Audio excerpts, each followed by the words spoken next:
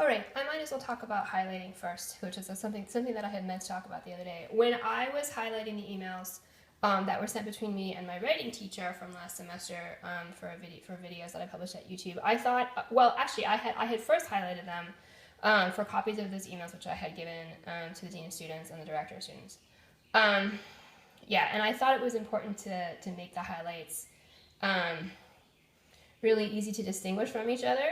And the highlighters, the highlighters that they had in a set at the drugstore, were blue and pink and yellow and orange. I didn't think I should use the pink one, and I thought that I should, make the different emails distinguishable from each other. So I used blue and yellow, and that's what happened. All right, that's what happened. No code. Brian Williams is a liar. And I haven't really known how to talk about this because this was quite shocking to me. And also, it seems to me probably the conglomerate will try to accuse me of cheating, right? No matter how it is I try to talk about this, the conglomerate will try to accuse me of cheating. So let me, I'm going to try to talk about this. This is all very stressful. I feel like giving up like all the time. I mean, the amount of work that I put into this semester, the amount of work I've put into my life, the way that I'm being treated, I mean, the dean at our last meeting told me that she would talk to the guy, she would find out who the guy was who was harassing me in Chinese class, and she would talk to him, right? And she told me that she would talk to a male employee of the language lab who had harassed me for several hours the night that I was trying to get all my Chinese homework done. And I would doubt she's done those things, because the feeling that the last thing that has happened to me in terms of work is that the manager of the language lab has emailed me, and she's made it pretty clear she's not that interested in having me back in the fall, or that it's very questionable, as if I'm the one who did something wrong, right? Which certainly I haven't, right? So I just, how am I even going to talk about this? I don't think they're going to investigate this at all. I don't think they're going to investigate people who harassed me. I don't think they're going to investigate the teaching methods of, the Chinese teacher, who really is not such a great teacher. She really is not such a great teacher. I was never going to try to get her fired, but certainly I was never cruel to her. Certainly I was never cruel to her at all, the way that she was to me. I never did anything to provoke her. All I said was, can you stop this guy from harassing me? Right? So I was concerned about my grade, in terms of, I only had, at the end of the semester, the only grade I had was this grade for a recording that I did, and also the midterm, which she finally graded and handed back to us like a week or two before the end of school.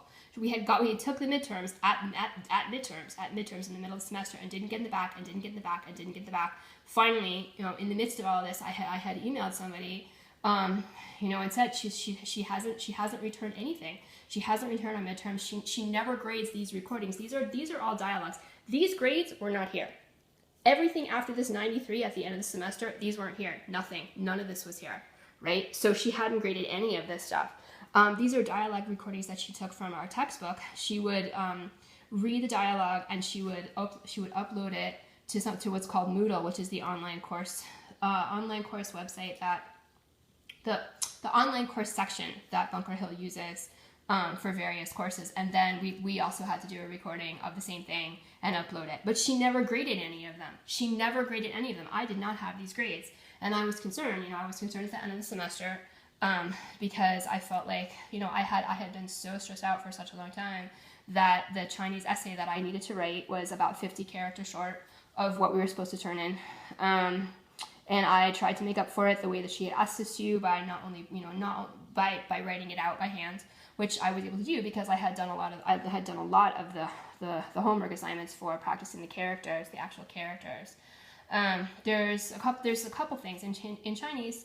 There's characters, there's the written characters, but they don't have any, you can't tell from looking at them what they're supposed to sound like. You just have to know them. So there's also something called pinyin, which is an English phonetic written version of the words. And she really didn't really teach all that well.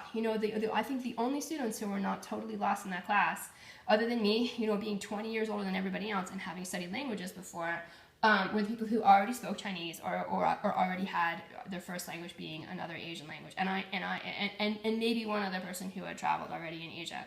But how much work he actually did, I don't know. And I know that the other people for whom English was their first language were really, really struggling. And it wasn't their fault, because I could tell she was extremely difficult to understand in terms of her teaching methods. Her teaching methods were more difficult than her problems with English, I thought. But I never was mean to her about it. I was a little bit concerned. I felt bad for her. I felt bad for the other students. But I also know that there was nobody I ever talked to who was doing these recordings.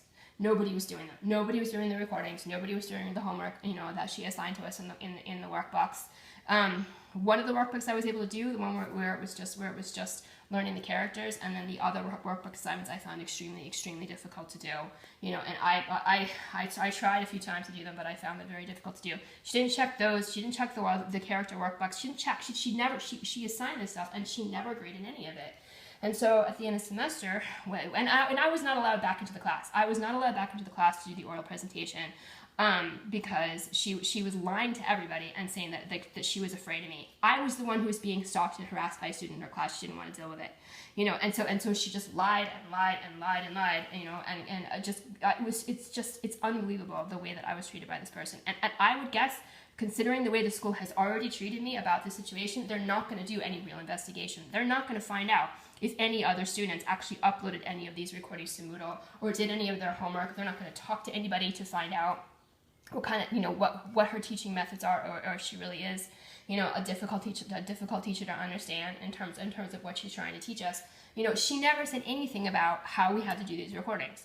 She never said anything about that, you know. So what she's trying to do now is accuse me of cheating by having listened to her recordings and then repeated back what she said in the recordings. What she's trying to say is what I was supposed to do was just like be able to read all the characters or read all the opinion and sound like her without listening to her while I was doing it, right? Probably this stuff she didn't even listen to. She probably didn't even listen to it. She probably just figured because because I'm the one who got in trouble because her student harassed me and she didn't want to deal with it and I got a verbal warning for disruption, that she could just not even listen to all of these recordings and just fail me for all of them, because what I had been seeing at the end of school was, you know, I'm concerned.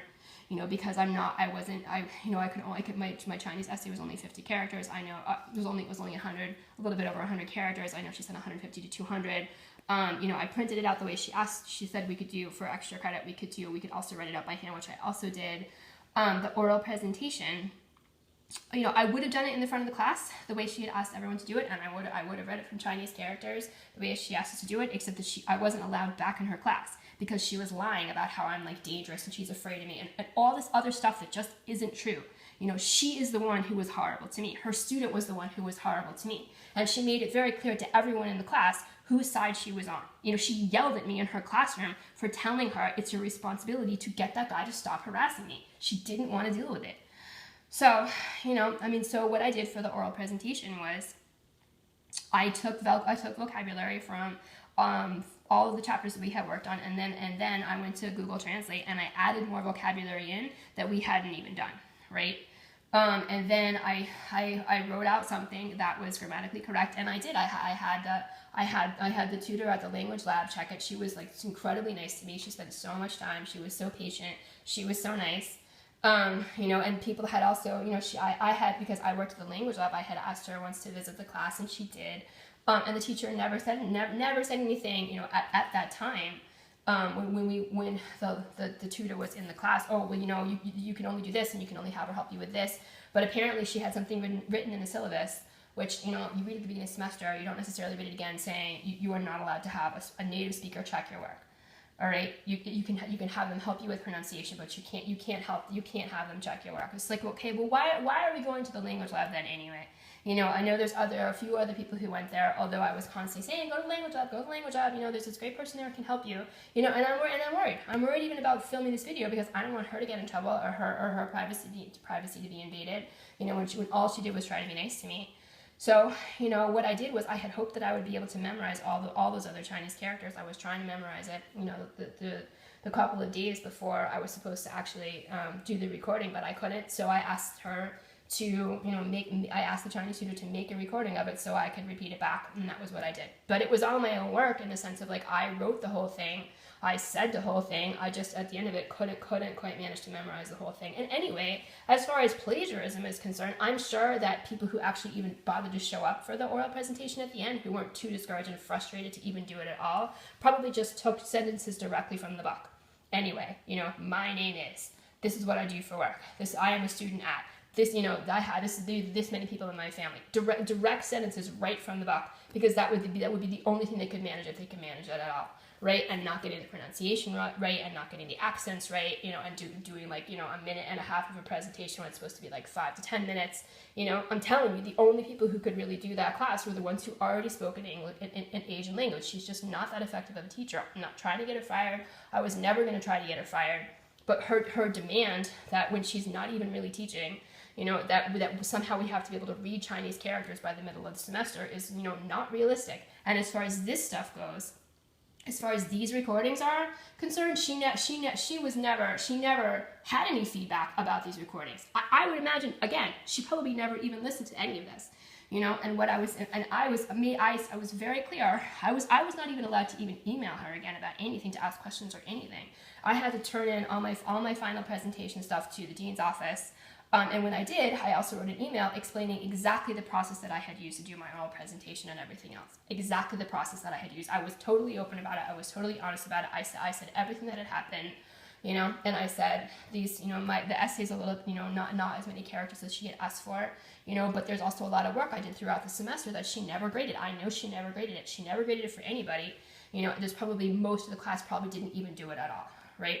So could you please have somebody, you know, grade my work for this, for the class? And I even included all the written pages I had done with all the characters, right? So it was my understanding when I had left the dean's office last time that what she was going to do was get some kind of independent evaluation for the work that I had done, you know, because there was some concern about whether or not I would be graded fairly by this teacher. You know, and then I didn't realize this at the time, but when I repeated that question again, she was very evasive. She had been actually quite evasive in other emails about my grade. And what I didn't realize was happening is that this teacher had gone back.